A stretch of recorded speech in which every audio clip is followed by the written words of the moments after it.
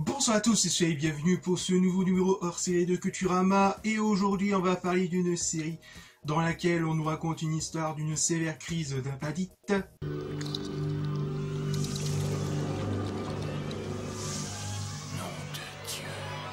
Mais aussi de nous raconter l'histoire de la triste soirée de la petite sirène qui tourne mal.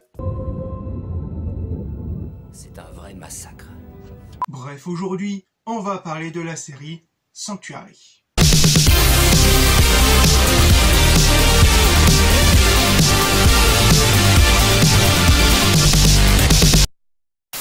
« 2001, le scénariste canadien Diane Kinder, ayant déjà travaillé sur la série Stargate SG1, commença l'écriture de sa propre série appelée Sanctuary. I wrote it back in 2001 and wrote this crazy story about a woman who runs a private medical clinic and has Bigfoot as a butler and co-opts a young psychiatrist to help her, track down monsters and help people. And there was a boy with a appendage that went into people's brains and ate it.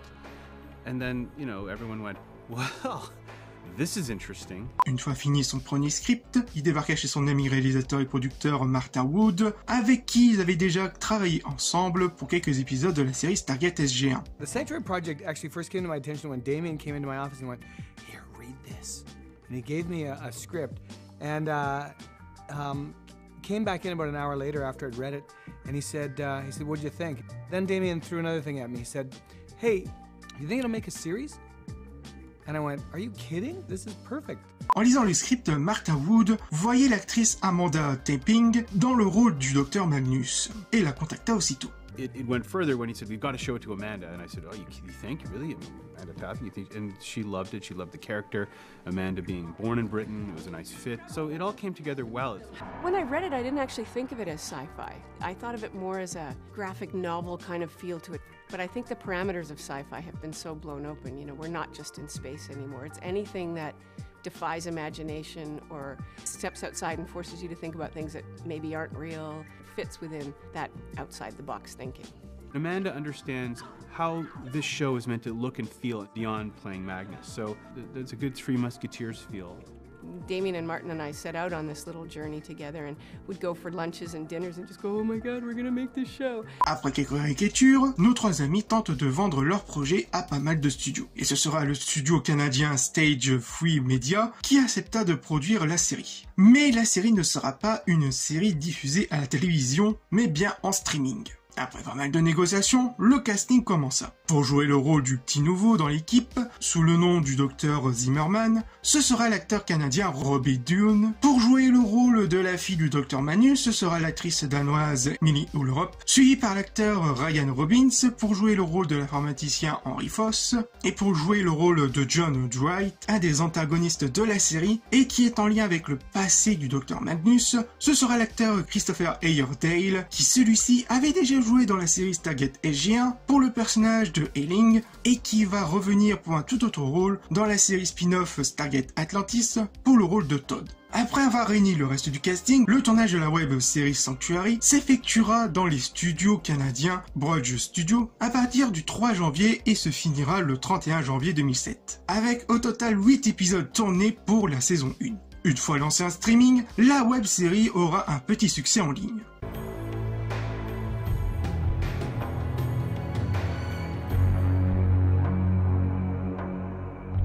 Ce sera le 31 janvier 2008 que le studio Universal Sci-Fi Channel, qui celui-ci leur propose de racheter les droits et d'en faire une vraie série télévisuelle, avec une réécriture et des reshoots des 8 épisodes, tout en rajoutant 5 autres épisodes supplémentaires pour atteindre les 13 épisodes au total. Et leur offre en plus un budget d'environ 21 millions de dollars. Les trois amis acceptent, mais à une seule condition qui reste de mettre à bord et de garder leur rôle de producteur exécutif. Sci-Fi accepta et lança aussitôt la production en avril 2008. Nos trois amis producteurs exécutifs voulaient que la série soit unique en son genre, notamment en termes d'effets spéciaux. The decision to turn Sanctuary into a virtual show came from Martin Wood. It fell to Martin to really kind of envision it, to plot it out and execute it, and he did it brilliantly, and he continues to do it brilliantly. When you've got a show like Sanctuary and you can do virtually anything, it's the biggest candy store that you could open up to those of us in production, and it's quite amazing. The virtual bit is something that people are familiar with movies, but they're not necessarily familiar with this happening on television. We're technologically pushing an envelope that most people haven't even seen sitting on the table yet. Et qui vont faire appel au studio en thème pour les effets spéciaux, et qui sera un véritable travail de titan. The images themselves are 4,000 lines of resolution, or 4K images, which is higher resolution than traditional HD is. It makes the compositing of, a scene where everyone's standing around on a green screen and we have to put a whole set in behind them. It makes the marrying of those images much easier to do when you've got these perfectly sharp images to work with.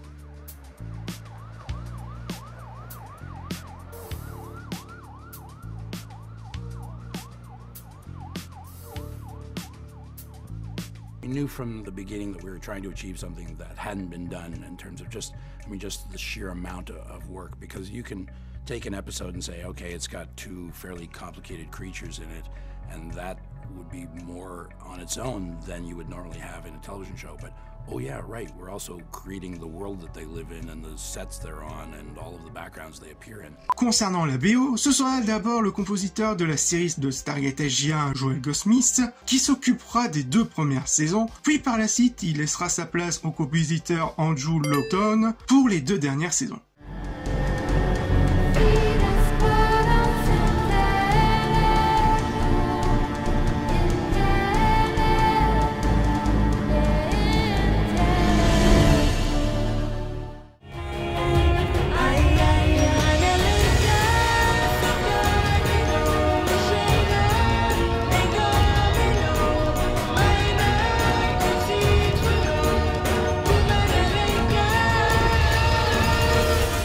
Le 3 octobre 2008, les 3 épisodes de la série sortaient sur Sci-Fi et qui va raconter l'histoire de Will Zimmerman, un jeune anthropologue spécialisé dans la psychiatrie, mais qui est en quelque sorte un sorte de Sherlock Holmes des temps modernes, qui va rencontrer comme de par hasard le docteur Helen Magnus, une tératologue de 157 ans et qui dirige un étrange lieu qui s'appelle le Sanctuaire, une organisation qui cherche des créatures et des personnes extraordinairement puissantes, appelées les phénomènes, et tente de les aider et d'en apprendre sur eux, tout en devant contenir les plus dangereuses.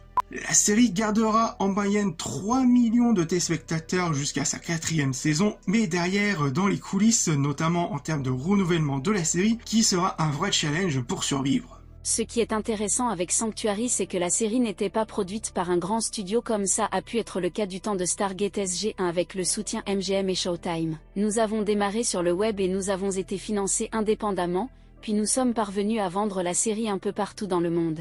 Et c'est grâce à ça que nous avons eu par la suite les moyens de financer les tournages. Mais c'est difficile de demander une aussi grosse somme que 20 millions de dollars à des investisseurs et de leur dire qu'ils vont devoir attendre un petit moment avant d'en revoir la couleur. Chaque année, c'était donc la bataille pour obtenir le renouvellement. Que s'est-il donc passé en 2012 ? Pour la 5e saison, on savait que cela allait être dur car on avait besoin de l'engagement d'achat de sci-fi pour le marché américain. Mais, mauvais timing, la chaîne n'était pas encore prête à s'engager sur une 5e saison, et nos investisseurs devenaient nerveux. Donc on a commencé par perdre le studio où on tournait. C'était très déprimant et frustrant. Il y a tellement d'acteurs et d'enjeux dans ces négociations d'arrière-cour dont les téléspectateurs n'ont pas idée. J'avais encore l'espoir que Sci-Fi allait finir par passer commande et que nous trouverions un autre endroit où tourner par la suite, mais la chaîne a vu que nous n'étions plus en production et a préféré passer son tour. Comment avez-vous vécu cet arrêt brutal de la série ? Heureusement pour moi, je tournais un film à l'époque car sinon cela aurait été très difficile à vivre. Il m'a fallu au moins 6 mois de réaliser que la série était définitivement enterrée. Mais le fait que nous ayons réussi à faire tant d'épisodes et à être diffusés dans tant de pays reste extraordinaire. Et j'espère toujours que nous pourrons faire une mini-série ou quelque chose pour conclure dignement Sanctuary. Suite à l'annonce tardive de la fin de la série, celle-ci ne dispose pas d'une vraie fin. Nous avions laissé plein de portes ouvertes dans le dernier épisode de la saison 4. J'étais très enthousiaste de pouvoir explorer ces nouveaux aspects dans les prochains épisodes. Si nous avions su que la série allait s'arrêter, nous aurions proposé quelque chose d'autre. Mais je ne désespère pas d'arriver à tourner quelque chose sur Sanctuary dans le futur.